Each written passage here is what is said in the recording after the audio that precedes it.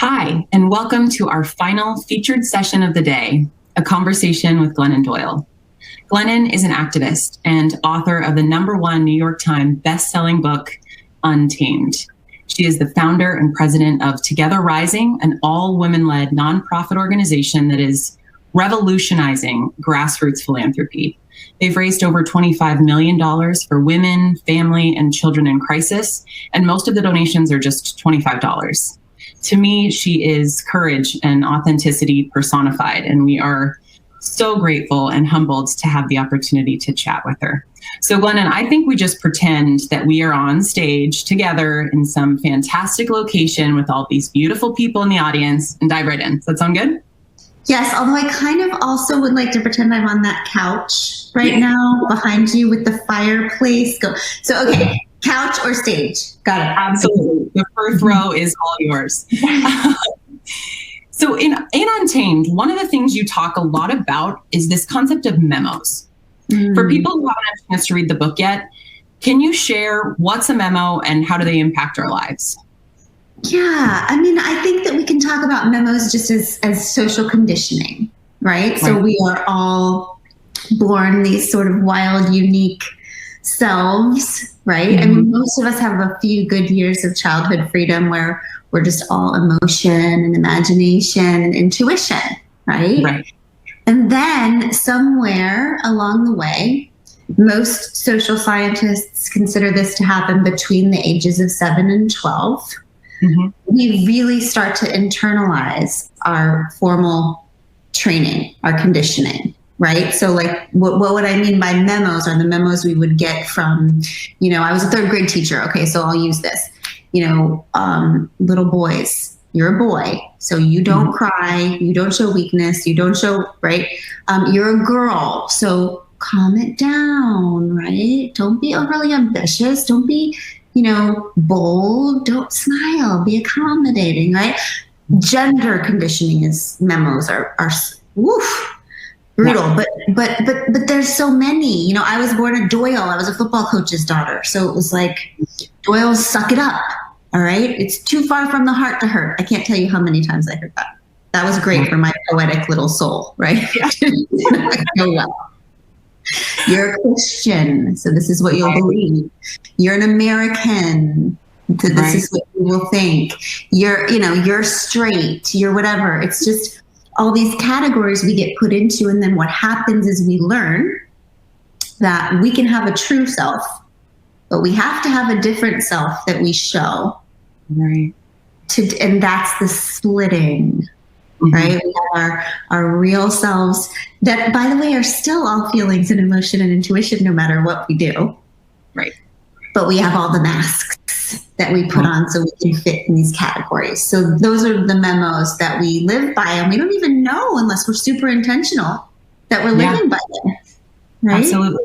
Right. So at Limeade, we're really focused on the experience people have when they go to work. And how they're treated and what work is for them and the role it plays in their life. And I'm curious, what are your thoughts on memos we have about work? Things that we've just internalized about who does work well, what roles in your life. Do you have thoughts on that? Believe it or not, I do have a few thoughts on that, Lindsay. I knew you would. God, I love when people ask me for my thoughts. They're always good. Yeah, it doesn't happen in my house very often because nobody wants me to get started. The last thing they do is ask me my thoughts around here. So thank you, Lindsay. Yes. First of all, I think we get a lot of memos about what leadership should look like in women and what it should look like in men, and that affects women's careers in big and powerful and often detrimental ways. For example, a performance review that's offered by someone who hasn't studied and been really intentional about their own memos might respond to a woman who is bold and confident and passionate by calling her difficult and challenging and emotional, whereas the exact same behaviors that are exhibited from a man, we might filter through our conditioning and say he's a leader, he's a visionary, he's passionate, right? So it is really, really important for us, especially in leadership positions, to be humble about our own memos that we got and how they affect the way we view the people with whom we work, because our conditioning and biases and memos affects other people's careers, right? In big, huge ways. So, yeah, I think about that. And I think a lot about like the after of this COVID time, and how one of the things that I think will be so important for any, really anyone relationally, whether it's a company or family or a nation, is that we have seen during COVID that our institutions are only made for a few people, right? Yep. That has become very clear. And so any organization who makes it will be the people who understand that in the after, we're not going back.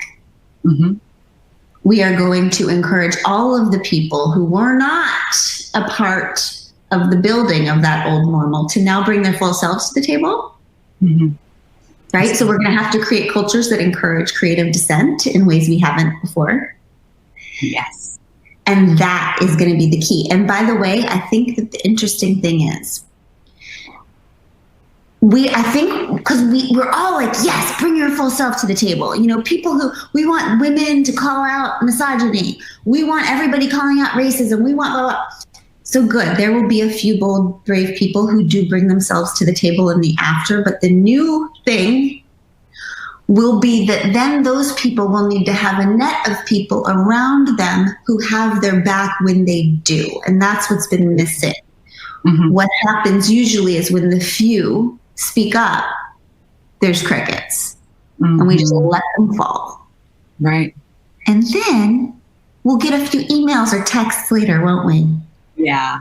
Won't we? We'll get a few emails from people who are like, good job speaking up, but they only do it in private. Interesting. Because speaking up in person would risk something. It would be them risking something. So I think we focus in the after on creating places where not only creative dissent is allowed but celebrated, and where there is a net of people who will speak up. I'm here for that. I'm Yes. That sounds great. And it's actually a great segue. So there are a few concepts in Untamed that I'm hoping you can sort of hold our hand and walk us through, because I think they're interconnected and really powerful. And the first is imagination. So if it's okay, I'd love to read your beautiful words. So you write, that better way is the unseen order inside us. It is the vision we carry in our imagination about a truer, more beautiful world. How can we bolster our imaginations, and why is it important that we do? Okay, so the good news and bad news is that everybody during this COVID time has now entered the same situation that marginalized groups have been in forever. Okay, which is that we can't see anything that serves us.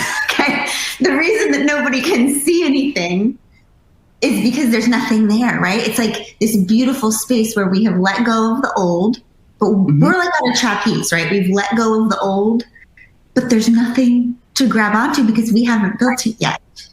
Now, that's what marginalized groups have always had, right? This is why Martin Luther King Jr. said, I have a dream, because he couldn't see anything in the visible order of things that looked like equality. It had never been made. Or Gloria Steinem said, dreaming is a form of planning, because people for whom the visible order of things, reality, has never served, can only depend on what's inside, right? That's all we have. So now is an amazing time for everybody to have to tap into that thing we call imagination and take it seriously. Right. And I think one of the ways we bolster that, one of the ways we get out of what we can do and can't do, or should do and shouldn't do, or what is, or what we've always done, or, you know, all of that is indoctrination.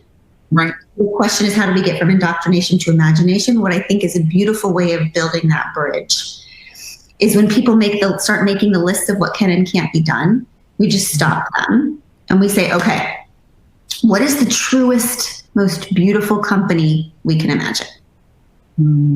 We take a cheesy ass question like that and we take it seriously, right? And what happens is that people start, it's this wild thing. It's like the hamster wheel of can't, excuse maker mind shuts down. And this other, you can almost feel it happening. It's like this imagination thing opens, and the mind that's in the excuse maker stops, and the imagination, which is a storyteller, starts. And everybody has ideas about what a true and beautiful company would look like. Yeah. Everybody will, and everybody will have a different idea, but there will be all kinds of similarities, and this thing will happen where this blueprint starts, right? It's the beginning of what's next. It's the beginning of the true and beautiful, and then we realize that, oh, what's in our imagination is actually the blueprint. Right. It's interesting. As you describe that, you keep sort of gesturing from your head into your body or into your heart. It seems like there's really this accessing of the root, the deepest truth of our real humanity, not the things we've rationalized and tried to make maps of, but really this wisdom within us that's really deep and human. It's about getting out of that. And it's just interesting to see even your body wanting to explain that as get out of here and spend more time in your heart space and what's sort of deeply true for you as a human.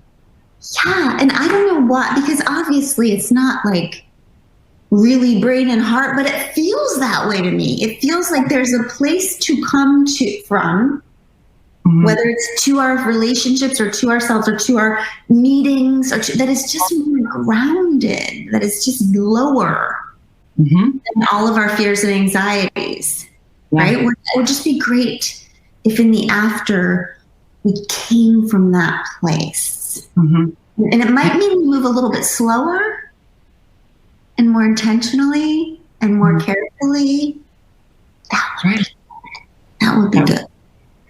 Would be really good for people, and as a result, really good for businesses and institutions and communities as well. So I have a feeling one of the things we need to do in this trapeze time where we haven't grabbed on yet is some of this let it burn business that you talk about. So in Untamed, you say, if we want to build the new, we must be willing to let the old burn. We must be committed to holding on to nothing but the truth. How do I know what needs to burn?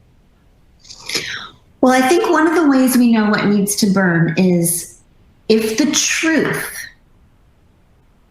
can destroy something, then that thing should have been destroyed yesterday. Okay? So some examples, okay? Every single time, I mean, I'll just give some examples from sports because Abby and I were just talking about this last night. But, so many times, well, I think within gymnastics, that's what we were talking about last night.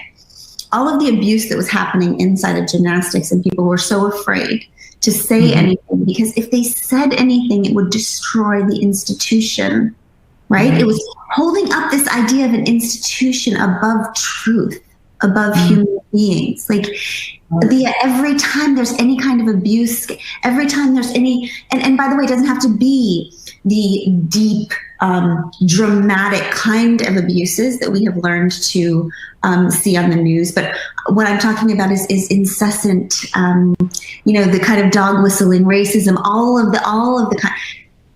If calling out the truth can destroy what was, we always just assume that is what needs to happen next to that. Right? We can only have one thing sometimes.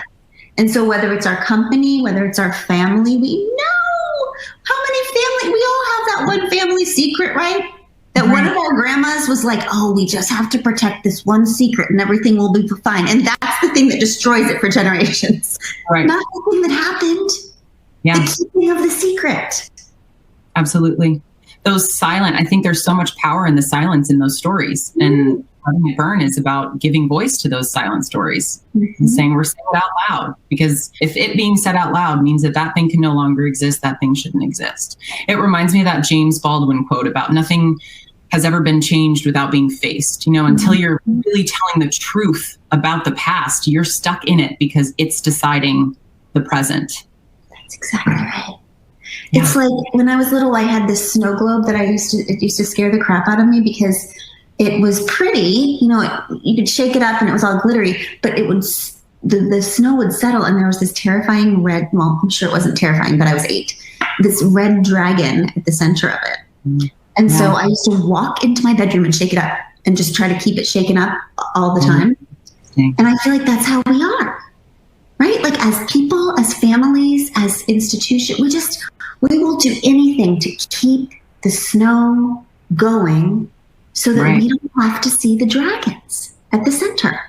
Right? That's all we're doing. All the snow, whatever the food, the booze, the snark, the scrolling, the busyness, the overwork, like it's all so that we don't have to get still, let the snow settle and see the dragon. Right. And don't you feel like once you do that, the dragon's not as big as it is when it's behind the snow, or you can at least do something about it? Only 100% of the time. Right. Right? Like we spend our entire lives avoiding the dragons. Right. And then we look at them and they just freaking shrink. They're nothing. They're nothing, right? They're nothing compared to the energy and spirituality and waste of a life it is to keep it shaken up all the time. It's the same amount of energy. Mm-hmm. Yeah. I think, you know, it is hard. It's hard to let that settle, and it's hard to let that chaos sit. So you really stare right in the eyes of the root challenge or problem, which brings me to the last component I'm hoping you can walk us through, which is we can do hard things. Mm-hmm. So say, we can do hard things insists that I can and should stay in the hard because there is some kind of reward for staying. I don't know what the reward is yet, but it feels true that there would be one, and I want to find out what it is. Mm-hmm. Yeah, I love we can do hard things. So let me tell you how I found that sentence. I was getting sober. Mm-hmm. I became bulimic when I was 10 and didn't get sober till I was 25. And by that point, I had become addicted to alcohol and things were a big mess. Anyway, getting sober was terrifying. You know what? Getting sober is just letting the snow settle. Right. And unfortunately, when you've been addicted for 15 years, many dragons have shown up that you have not slain. Okay, so they're just all there. And it's very difficult and terrifying. And I was teaching at the time. I was actually a pretty good teacher, believe it or not. And well, you know, because I was getting sober, I always think when I tell that part of the story, everyone's going to be like, oh, and this is why we homeschool. Okay, but I actually was a pretty good teacher. And I used to make my class walk this long way to lunch every day because I needed to pass my friend Josie's second grade classroom because she had this huge sign that said, we can do hard things. Mm. And I don't know why I just needed that so badly. There's something about understanding that life is not hard because we're doing it wrong. It's just designed that way. And actually, what I have found over and over again is that life, work, relationships, marriage, parenting, whatever we're doing, are often hardest for people who are doing them right. Okay. Who are showing up and trying and making themselves vulnerable and taking big risks and screwing up and apologizing. Often these things are hottest and spiciest and most difficult for the ones who are big time showing up, right? And I love just every once in a while, Lindsay, someone will say to me, I love your saying I can do hard things. And I'm like, oh God, no, I did not say that. I did not, sorry, that's my dog. I did not say I can do hard things. That scares me. That scares me so much. The we was super, super important, right? Because the experience of being human is so terrifyingly lonely because, as my daughter says, I'm just stuck inside this skin alone. Like, I know. That it is crucial for me to remember that, yes, I am having this human experience alone, but I'm having it alongside of everybody else who is also having this human experience alone and who is also going through all of their hard things at the exact same time that I'm going through all of my hard things. So we might be alone, but we are alone together. Right. We are in this aloneness together. And we just have to take such good, tender care of ourselves and each other as we go through this time where everybody's hard things, we can't even see them.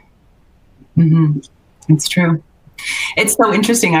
My next question was going to be why we, not I, because when I first read Untamed, I don't know why, but I internalized it as I can do hard things. And it did sort of catalyze this like armor, willpower myth thing that I can do hard things. And when I reread it, preparing for this, I just sort of felt my heart soften when I was like, it's we. It was just a nice sigh. And I think that sigh comes from, you talked earlier about that sense of having a net. Mm-hmm. I'm surrounded by everyone who's going through the hard, who's facing their dragons. And so I'm so grateful that I relearned and tweaked that, because it's an important addition of one letter. It really is, isn't it? It's just, as a raging introvert and extremely sensitive human being, it would be much more convenient for me if it were I. Right. It's just not. Right. No matter how, I just never make it through a day, an hour, a book, a speech, without needing the help of somebody. This whole independence thing, I think it's just a complete and total myth. Like you said, it's a myth. Right. Yeah. I mean, to tell you the truth, I have days where the only thing I want my we to be is me and my dog. Yeah. That's all the we I can take many days. But even then, I know I know. So as someone who's done a lot of hard things with the support of other people, how can we get better at this doing hard things, this staring at the dragon? Well, I think we can understand deeply, and especially people who are used to this independence idea. One of my favorite things about my nonprofit is that it has made me understand deeply that there are no such thing as helpers and helpies. Mm-hmm. There are no such thing as givers and receivers. Okay. That we are all just in different parts of our day and different seasons of our life. And at some point we will need to be the one who asks for help. And the next day it might be that we are the one who gets to offer the help, but it's a constant back and forth, and the most powerful leaders or productive people are the ones who are not, oh God, we know that they're not just teachers. Right. We know that they are learners. God help me if you are a person who thinks that you're going to help me or teach me. Like, the only people that I want to learn from are the people who know that they don't know anything and they're just learning out loud. Right? Yeah. Those are my teachers. I think that's a lot of what this book is. It's you showing us what your learning out loud looked like so that we could learn out loud about ourselves. Mm-hmm. Yeah. Really powerful. I hope that we go into the after with more of that energy that like, oh, here we are. Here we are. You know what? You know that Buddhist concept of beginner's mind? Where all the magic comes from, where the wisest, the creators, the artists, the innovators, they all start from, right. Wow, this is new. What are we going to do? Right? And so we don't have a hierarchy of like, I know what to do and you don't know what to do. It's just like, here we are. We know nothing. Bring your ideas. Yeah. I found that the people I have trusted the most over the last year plus of this pandemic were the people that were like, well, today, this is what I know. Let me tell you all the things I don't know.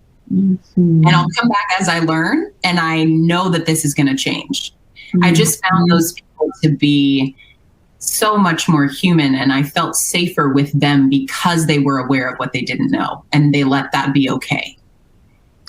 Yeah, that's going to be and I feel it and I see it happening. That's going to be the new leadership vibe. Right. And there is something, Lindsay, about the last year that doesn't surprise me that that's the new leadership vibe, because a lot of what has happened has proven to us that the jig is up.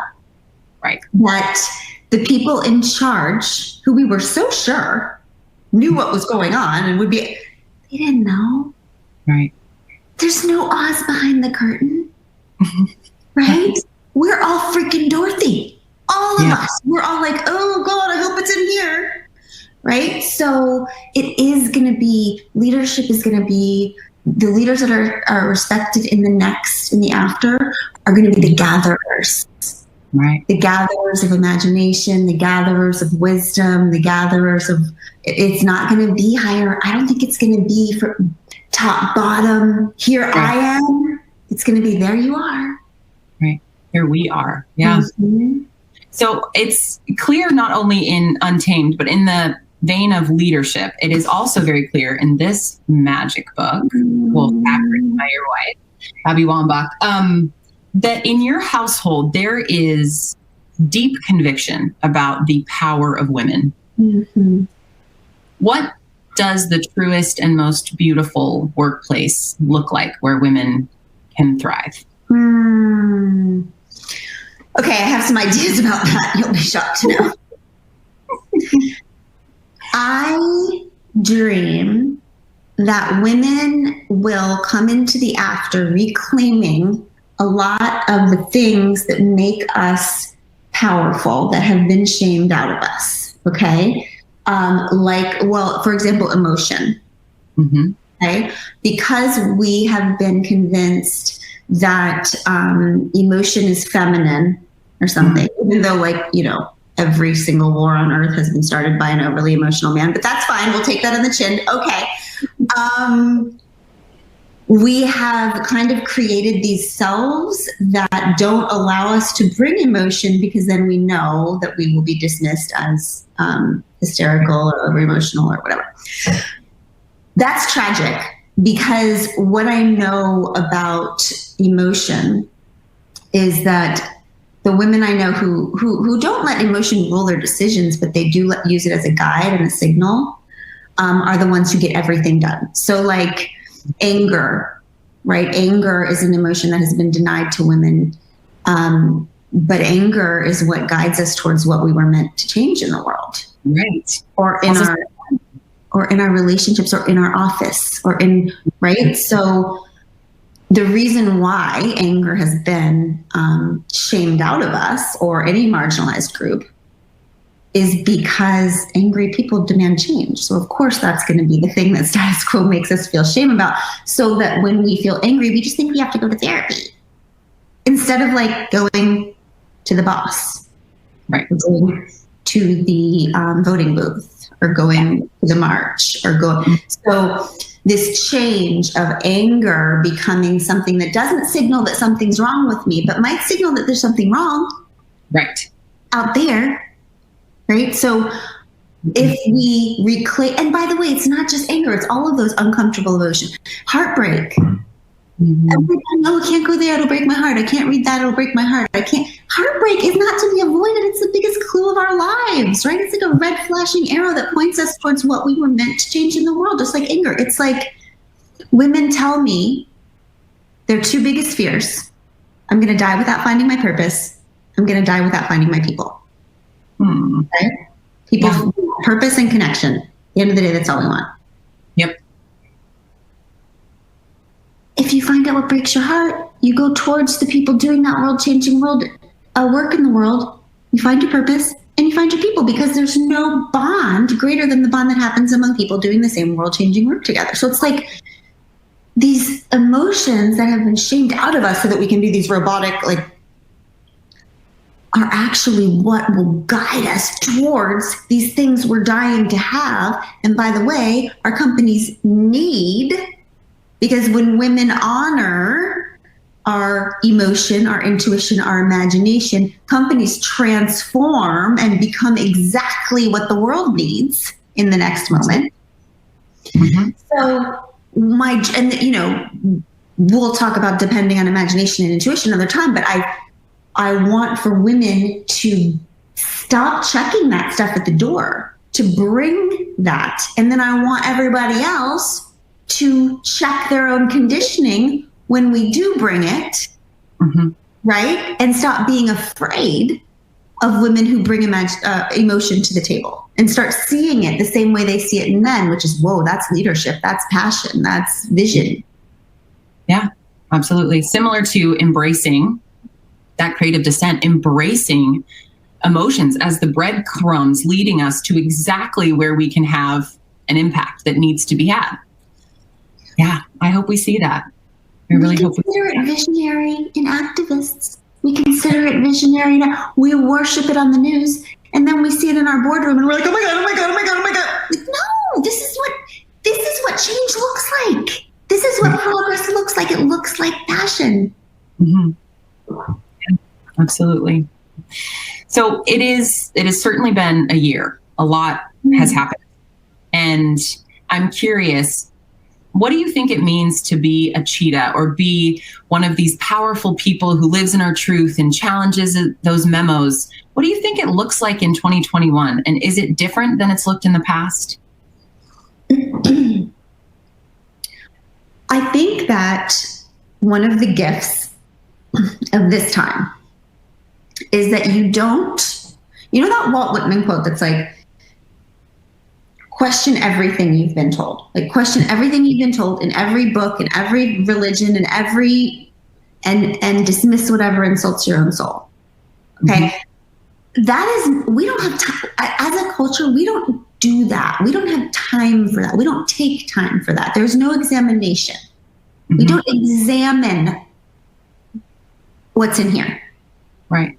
And because we don't examine it, and what I mean by that, okay, quick example, because I think it's easier just to tell a quick story than to explain. So when I was deciding whether to leave my broken marriage or pursue this, or stay and pursue this love, I almost did not leave. I almost stayed in my broken marriage. I was so afraid to rock the boat, but mostly I was afraid to hurt my children. I was given the memo that good mothers do not hurt their children in any way, right?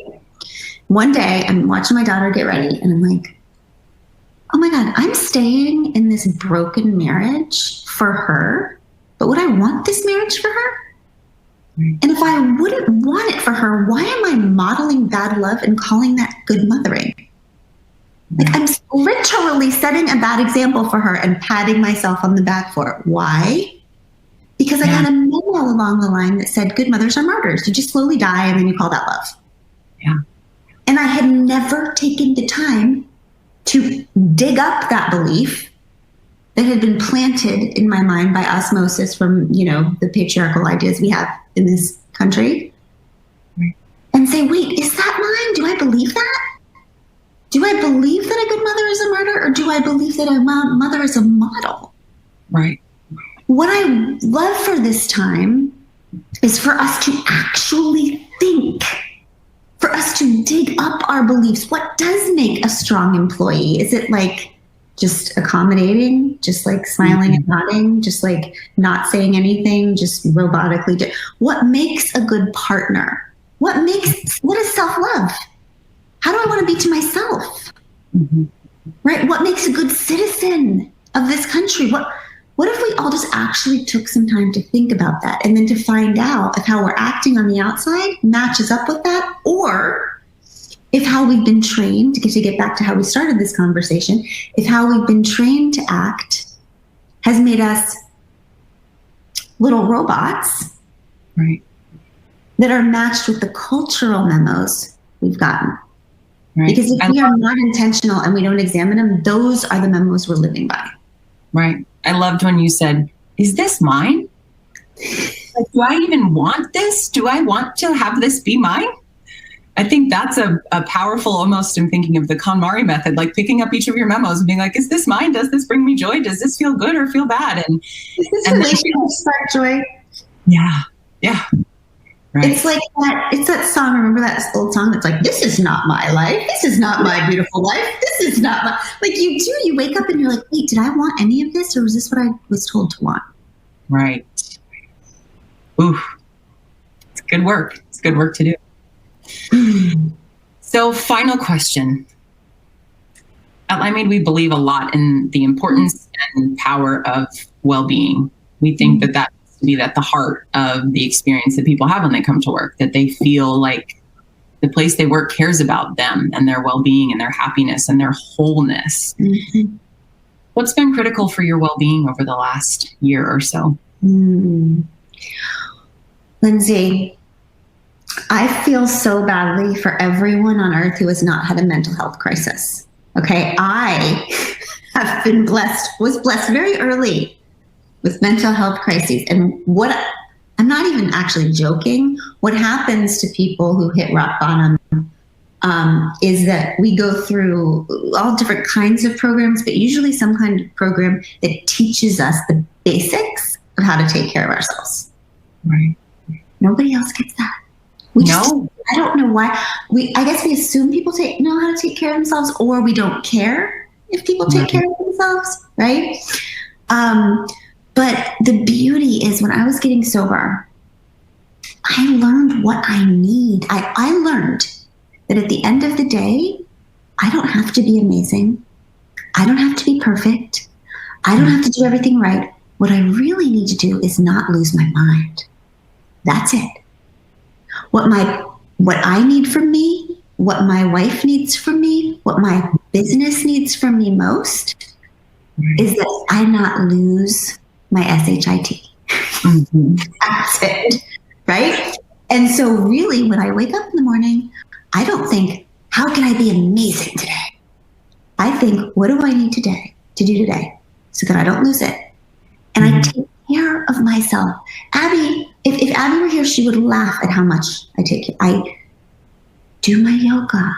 I do my breathing. I have a list, if I could show you right now, I have a list of things on my wall that remind me of the things I need to do. And they're always little things. Get a drink of water. Take the dogs for a walk. Stop. Breathe. Like, COVID, I know. And I know because I'm talking to my most type A friends who have laughed in my face when I've talked to them about self-care for the last 5 years and are now like, oh, I get it. Right. What would the truest, most beautiful day look like? What would the truest, most beautiful life look like? What would the truest, most beautiful work day look like? Right. What if it wasn't just work over here, self-care over here? What if it was all like mixed together, right? Mm-hmm. I think that's a question we bring to our work. What would the truest, most beautiful work day look like? What kind of life would you need not have to hold your breath all year to get to the vacation where you could breathe? Yep. What if you could breathe the whole time? Because you were allowed to care for yourself, care for those around you, and you felt like the place you worked cared about you. I think the answer is care. If there's care everywhere you go, care for myself, care for those that I'm around. I care about my work cares about me. Care is the common denominator. It's the love of the humanity within all of us. Yeah. So that care. That feels right to me. I'm feeling that word. That's like, because when you think about it, the only reason we have to be deliberate about self-care is because it feels like there's an other that is not wanting us to care for ourselves. Right. So we have to carve it out and defend it and choose it. Right. But if care was the whole vibe. Right. I think that's true and beautiful. Mm-hmm. That's right. True.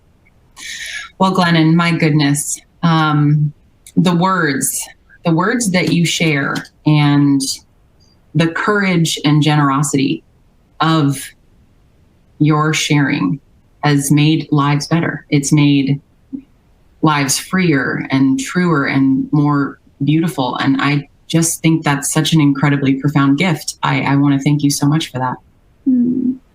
Thank you. I'm practicing receiving compliments well. So I am just going to say, thank you, Lindsay. I accept that. Absolutely welcome. I also want to thank everyone for being here and joining us at Limeade Engage 2021. This does mark the end of our featured sessions, but we hope that you enjoy all of our on-demand content. There is so much more out there. Have an amazing rest of your day and take care. Bye, Limeade. Bye, Glennon.